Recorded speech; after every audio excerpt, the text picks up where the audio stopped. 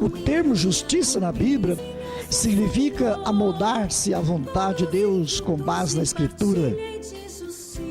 Gente, justiça não é o que está na cabeça dos homens, na lógica dos homens. A lógica de Deus que é justa.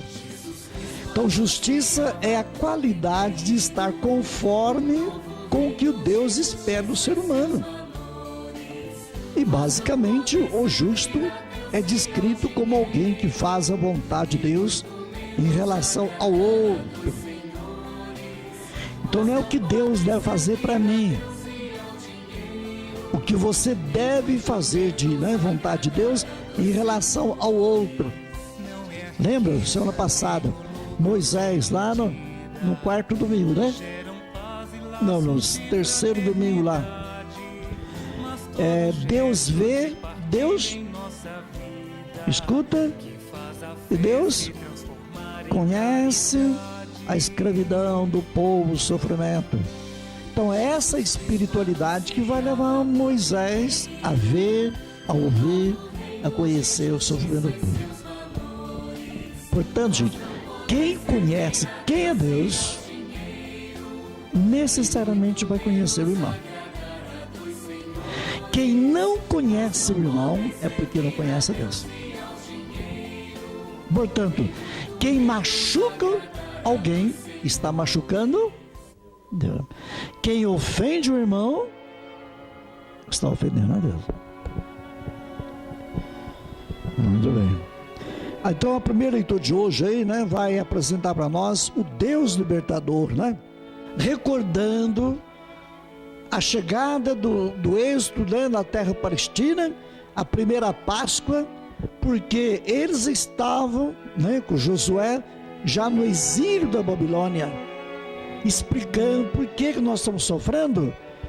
Olha lá, nós esquecemos a origem da libertação. Então isso aí,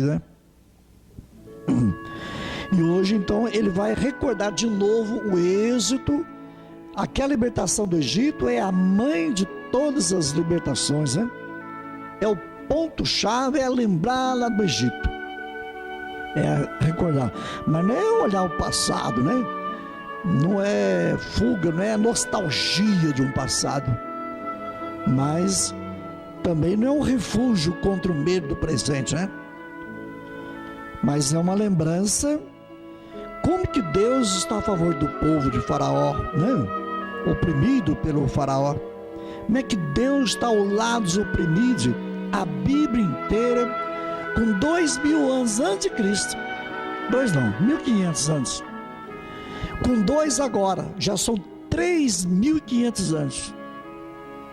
Até a criação vai revelar as coisas de Deus. Então não é só a libertação do povo, a natureza também está falando da revelação.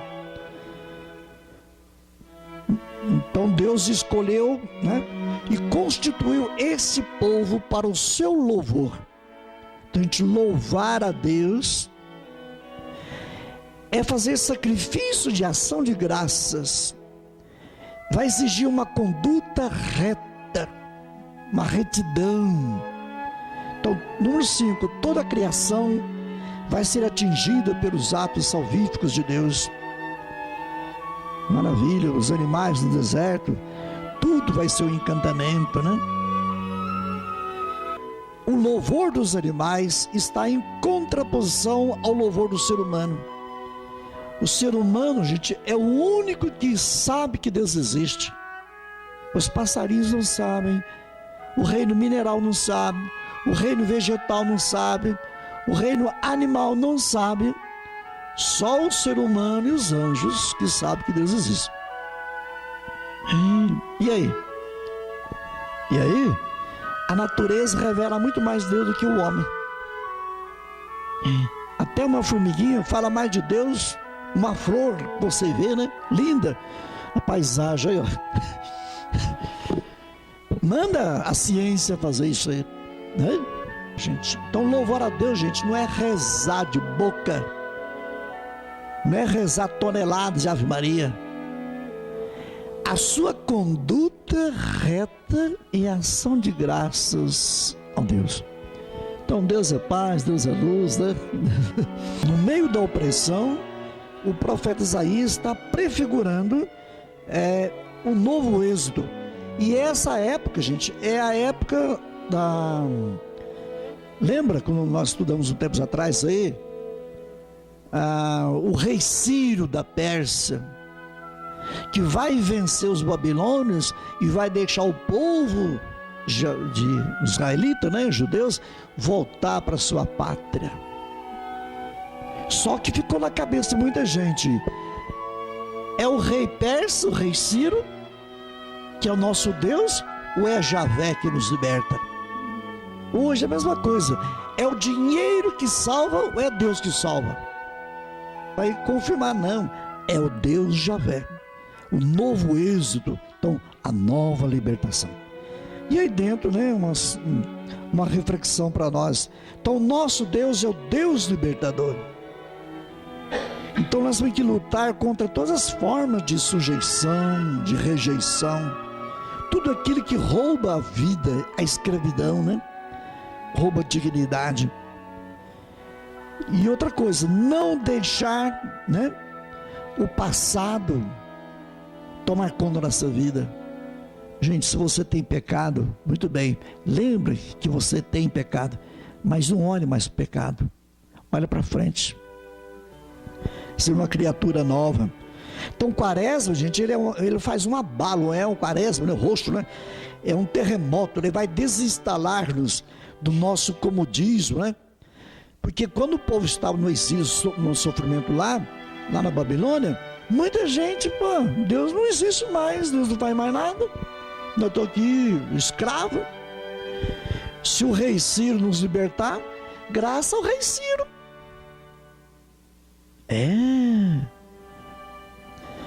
Gente, imagina você escrever uma coisa que é contra a mentalidade do povo. Nos mantém alienado ainda, prisioneiro, escravo. Será que nós temos dentro de nós, né, esse dinamismo de libertação? Então quaresma não fica preso na escravidão, né? Há um novo êxodo na sua vida, na nossa vida. Não podemos nos aprisionar. A vontade de Deus é praticar a misericórdia. Os fariseus querem colocar Jesus numa prova, vão incriminar Jesus e prendê-lo. E aí pegaram aquela mulher no adultério. Gente, qualquer coisinha naquela época era adultério. Um casado olhar para uma outra mulher casada, você podia acusar que eu estou adulterando contra ela. E pegaram, só levaram ela, que deu o homem que adulterou também. Aí não, né? E os judeus ali, né, fanáticos, né, na lei, né, e querendo mostrar que Jesus, para contestar Jesus, né, se ele estava a favor da lei de Deus ou não, aí colocaram o problema: esta mulher tem adultério, a lei de Moisés manda jogar pedra, sim ou não? E Jesus não podia falar nem sim nem não. O que Jesus fez? Ele vai primeiro ele vai escrever no chão. Tem um texto de Jeremias, gente, que fala os pecados os pecados do povo. Escreva, gente, faça essa experiência um dia, gente. Agora, se você escreve o seu pecado no mármore, aí não apaga. Entendeu? Muita gente carrega as coisas negativas da vida como um mármore. Meu filho, liberte isso aí. Jesus não poderia ficar nem contra a lei, o que seria um pretexto para acusá-lo de blasfêmia. E de outro lado, é de conhecimento público que Jesus tinha misericórdia com os pecadores. Então quiseram que Jesus fizesse o julgamento. Jesus não vai fazer um julgamento. Jesus de imediato não responde. Sabe que a preocupação dos seus interlocutores nesse momento não é saber a vontade de Deus, para ajustar-se a ela, tá vendo? Com a religião dentro dos fariseus, com aquele moralismo, com aquela lei, eles não se perguntavam mais qual que é a vontade de Deus. Você também, você fala que já é católica, tudo, batizado, casado, tudo. Você não pergunta qual que é a vontade de Deus na sua vida. Você já vai taxando os outros. Esse aqui é um prostituto, aquele cara não presta, aquele é um vagabundo, aquele é um ladrão. Saber a vontade de Deus, gente. Ajustar-se à vontade de Deus. E não querer que os outros ajustem na sua vontade. Jesus vai perguntar: quem dentre vós não tiver pecado, atire a primeira pedra. Jesus não recusa o juízo de Deus. Gente, o que é errado é errado. Adultério é adultério. Nem o semana passada, o filho pródigo, erro é erro. O pai não foi atrás do filho que errou. Ele perdoou quando o filho voltou. Então, olha o que é a misericórdia de Deus. Gente, vocês pensam que pedir perdão é como uma borracha. Você escreve errado e pega a borracha. A borracha não é misericórdia, filhos. Por isso que existem até as indulgências plenárias, né? Apagar, gente, né? Eliminar as consequências do pecado dessa vida. É desculpabilizar o comportamento da mulher. Não. O pecado não é o caminho aceitável. É infelicidade, rouba a paz. Jesus não aceita pactuar com a lei, que também gera morte, tá vendo? Jesus não podia dar nem o perdão para ela, falar que ela não pecou. Jesus não podia. E Jesus também não podia concordar com a religião dos judeus. Porque a lei, se eles são religiosos, eles deviam salvar a mulher e não condená-la. E eles não salvaram, só condenaram. Deus, né? O esquema de Deus é diferente da lei dos judeus. Jesus fica em silêncio, né? Escreve no chão, como pretende dar, né, aos judeus perceber aquilo que está em causa. Ele vai convidá-los, né, a ter consciência de que o pecado é uma consequência dos nossos limites e fragilidades, que Deus entende, né? Quem de vós estiver sem pecado, realmente pode atirar a pedra. Aquele que dentre vós está sem pecado. E Jesus continua escrevendo no chão. A lógica de Deus é a tolerância, é a compreensão. E o moralismo, né, gente, a lógica do mundo, né, é a intransigência, a hipocrisia, o fundamentalismo, a absolutização da lei. Vocês vão ver na segunda carta de São Paulo, né?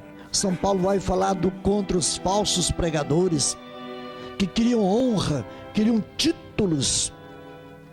Eram os judaizantes que só defendiam a circuncisão para entrar no reino de Deus. São Paulo vai jogar tudo no lixo. Dá uma olhadinha na segunda leitura para vocês verem lá. Em Cristo, né? A libertação em Cristo. O importante é a identificação com Cristo. O princípio da nossa ressurreição. Pegando o tema da primeira leitura, o novo êxito, né? É a reconciliação, é a identificação com Cristo. Não é a circuncisão, não é um ato religioso que vai nos salvar. Não é. Mas a nossa identificação. Então é coisa grave. Então não é a lei que me leva para o céu. Não come carne. Por acaso você está mais identificado com Cristo? Se for, parabéns. Mas se você não come carne, é inimigo do teu vizinho.